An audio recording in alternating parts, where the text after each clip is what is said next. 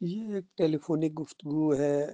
Doctor عثمان اور محمد حنیف صاحب کے درمیان ہوئی تھی،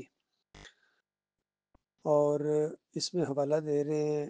ڈاکٹر عثمان ان کو کہ جو من الظلمات الی النور، یہ جو ارشد کرملائی نے ایک رسالے میں مضمون لکھا تھا، اب آپ نے اس کا نام الٹ کر کے من النور الی الظلمات لکھ دیا ہے، یعنی آپ نے یہ ارشد کرملائی پر الزام لگایا ہے کہ اب یہ نور سے اندھیروں میں چلا گیا ہے، اور قصور اس کا یہ ہے کہ وہ کہتا ہے کہ خاندان یعقوب علیہ السلام نے وہ جو سجدہ کیا تھا وہ سجدہ شکر تھا، سارے خاندان نے اللہ کو شکر کا سجدہ کیا تھا ان نعمتوں اور برکتوں کی وجہ سے جو اس خاندان پر اللہ تعالیٰ نے کی۔ اور ڈاکٹر عثمانی رحمۃ اللہ علیہ کا بھی یہی موقف ہے، یہی عقیدہ ہے کہ یہ سجدہ شکر تھا، اور جن کا عقیدہ خراب ہوتا ہے وہ اس طرح تفسیر کرتے ہیں کہ یوسف علیہ السلام کو سجدہ ہوا۔ پھر ڈاکٹر صاحب نے مثالیں دے کے بھی سمجھایا ہے کہ یہ تعبیر کا ایک انداز ہوتا ہے، اور جس طرح مصر میں 7 دبلی گائیں موٹی گایوں کو کھا رہی تھی تو وہاں کوئی گاؤں کا مسئلہ نہیں تھا، وہاں اس سے مراد یہ ہے کہ خشک سالی ہوگی 7 سال، اور 7 سال پھر ہریالی ہوگی، اس طرح تعبیر ہوتی ہے۔ اسی طرح جو یوسف علیہ السلام نے خواب دیکھا اس کی یعقوب علیہ السلام نے 6 نمبر آیت کے اندر تعبیر بتائی، اور جب حرف بحرف وہ تعبیر سچی ثابت ہو گئی تو پورا خاندان، ڈاکٹر صاحب تو یوسف علیہ السلام کا بھی نام لیتے ہیں کہ وہ بھی سارا خاندان شکر گزاری کے طور پر اللہ کے سامنے سجدہ ریز ہو گیا۔ تو محمد حنیف صاحب اپنے اس عقیدے کے اوپر ڈٹ گئے اور انا کا مسئلہ بنا لیا، 7 8 سال ان کو سمجھاتے رہے، ہر انداز سے ہر اینگل سے سمجھایا، لیکن انہوں نے بہت ہی زیادہ ناراضگی کا اظہار کرتے تھے آگے سے، اور لوگوں کو کہتے تھے چھوڑو ڈاکٹر عثمانی کو، میری تفسیر پڑھو۔ اور کتنے لوگوں سے اور بھی گفتگو ان کی ہوئی ہے، وہاں کراچی کے ایک بھائی تھے انہوں نے بھی کی ہے، پھر ہمارے فاروق عبد الرحمان صاحب نے کی ہے، اور قاری خلیل الرحمان صاحب سے کچھ لوگوں نے گفتگو کی ہے۔ قاری صاحب کہتے ہیں لی ساجدین نس ہے قرآن کے اندر گئی ہے، اور کہتے ہیں ڈاکٹر عثمانی اگر آج آ جائیں تو میں ان کو قائل کر لوں گا۔ تو اس طرح انہوں نے اللہ کی اس نعمت کو جو ہے نا یہ کفر کے اندر تبدیل کیا ہے، ان بڑے بڑے لوگوں نے سب نے مل کر، اور سجدہ تعظیمی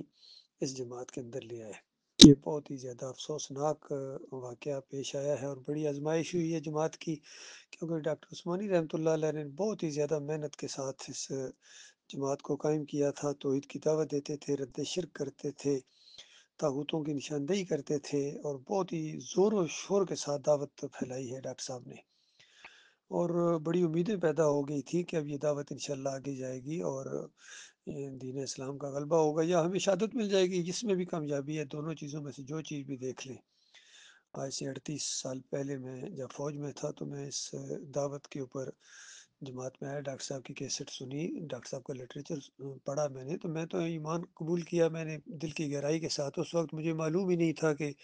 محمد حنیف کون ہے، اور ممدی گل کون ہے، اور اعظم صاحب کون ہے، اور دوسرے لوگ، بلکہ مجھے تو جماعت کا بھی نہیں اتنا معلوم تھا۔ میں نے تو اسی وقت ڈاکٹر صاحب کی ایک تقریر سن کے میں ڈھیر ہو گیا تھا،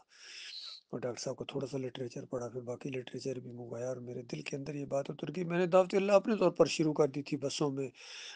بازاروں میں، اور اسی طریقے سے دعوت دیتا تھا جس طرح ڈاکٹر عثمانی رحمۃ اللہ علیہ دیتے تھے، اور میں آج سے یعنی 37 سال سے یہی کام کر رہا ہوں، انشاءاللہ پوری زندگی کرتا رہوں گا یہ کام۔ باقی جماعت میں اور چڑھاؤ آتے رہے ہیں، ڈاکٹر صاحب کی وفات کے 3 مہینے بعد ہی ایک گروپ نکل گیا تھا، شروع میں یہ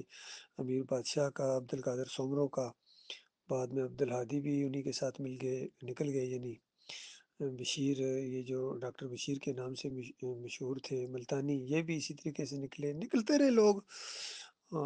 غضنفر چشتی نکلے ہیں، بخت زادہ نکلے ہیں، پھر یہ 2005 میں آ کے سرفراز صاحب نے ایک رجیم چینج پوری مہم چلائی، جس میں رمضان حکیم نے بھی ان کا ساتھ دیا تھا اندر اندر، فیاض محمود باجوہ نے بہت زیادہ ساتھ دیا تھا، اور یہ یعقوب علی، اور پورا ایک اسٹرانگ گروپ تھا۔ تو انہوں نے یعنی جماعت کے اندر ایک یعنی بہت زیادہ چیزیں اچھالنا شروع کر دی، اور حالانکہ کوئی عقیدے کی بات اس وقت نہیں تھی، بس یہی تھا کہ کچھ کرو حکیم صاحب، کچھ کرو، آپ آگے بڑھیں، ہم تمہارے ساتھ ہیں، ہم حنیف صاحب کے ساتھ نہیں چل سکتے ہیں، اس طریقے سے انہوں نے گویا بغاوت والا ہی انداز تھا۔ تو جماعت سے نکلنے کے بعد پھر آگے مزید یہ 4 گروپوں کے اندر تقسیم ہو گئے۔ 2017 کے اندر محمد حنیف کے اندر یہ عقیدے کی خرابی آ گئی، اور اس سے پہلے 17 ابواللہ کے اندر پوری جماعت کا یہ موقف تھا کہ یہ لغوی معنوں میں ہے، اور یہ وہ سجدے والا مسئلہ نہیں ہے۔ وہ سجدہ جو معروف سجدہ ہے وہ تو خارج از امکان ہے، ہر شریعت کے اندر شرک رہا ہے، حرام رہا ہے، تو یہ لغوی طور پر ہے۔ بعد میں ڈاکٹر عثمانی رحمۃ اللہ علیہ کی یہ جو بیانات سامنے آ گئے، تفسیر سامنے آ گئی، کیسٹیں سامنے آ گئیں، تو یعقوب علی نے اس کو پکڑ لیا اور محمد حنیف صاحب پھر ان کی ضد میں آ گئے، تو آپس میں ان کا یہ معاملہ تھا۔ بہرحال 2017 کے اندر جب یہ مسئلہ اٹھا جماعت کے اندر، تو محمد حنیف صاحب نے کہا کہ ہم وہ جو حبل اللہ کے اندر دیا تھا ہم اس کی امینڈمنٹ کریں گے، اور یہ سجدہ یعنی حقیقی سجدہ ہی ہے۔ تو اس وقت ان کی جب انہوں نے بلکہ فتویٰ لگایا کہ جو اس سجدے کو معروف سجدے کو نہیں مانتا ہے وہ قرآن کا انکاری ہے، توحید سے ناواقف ہے، ایمان سے خالی ہے، تو اس وقت ان کے ہاتھ میں پکڑایا گیا وہ مضمون پورا جو بعد میں سجدہ تعظیمی کے شرک سے میں نے شائع کیا، پوری طرح دلائل کے ساتھ کہ یہ قرآن اور حدیث کا اور عقیدہ ہے، اور ڈاکٹر عثمانی رحمۃ اللہ علیہ نے اس کے اوپر پورا ایک بیان دیا ہے، 3-4 کلپس مختلف اینگل سے ہیں۔ تو محمد حنیف صاحب نے اس معاملے میں بہت زیادہ جھوٹ بولا، کہتے ہیں یہ ڈاکٹر صاحب کی آواز ہی نہیں، وہ ایسی بات کہہ ہی نہیں سکتے، تو لوگوں نے اس چیز کا کوئی نوٹس ہی نہیں لیا۔ حیرانگی کی بات یہ ہے۔ بہرحال ایک بہت بڑی آزمائش ہوئی ہے جماعت کے اندر، اور یہ اب اس طریقے سے وہ جماعت اب مومنوں کی جماعت نہیں رہی ہے، اب یہ شرک کے اندر آ گیا ہے،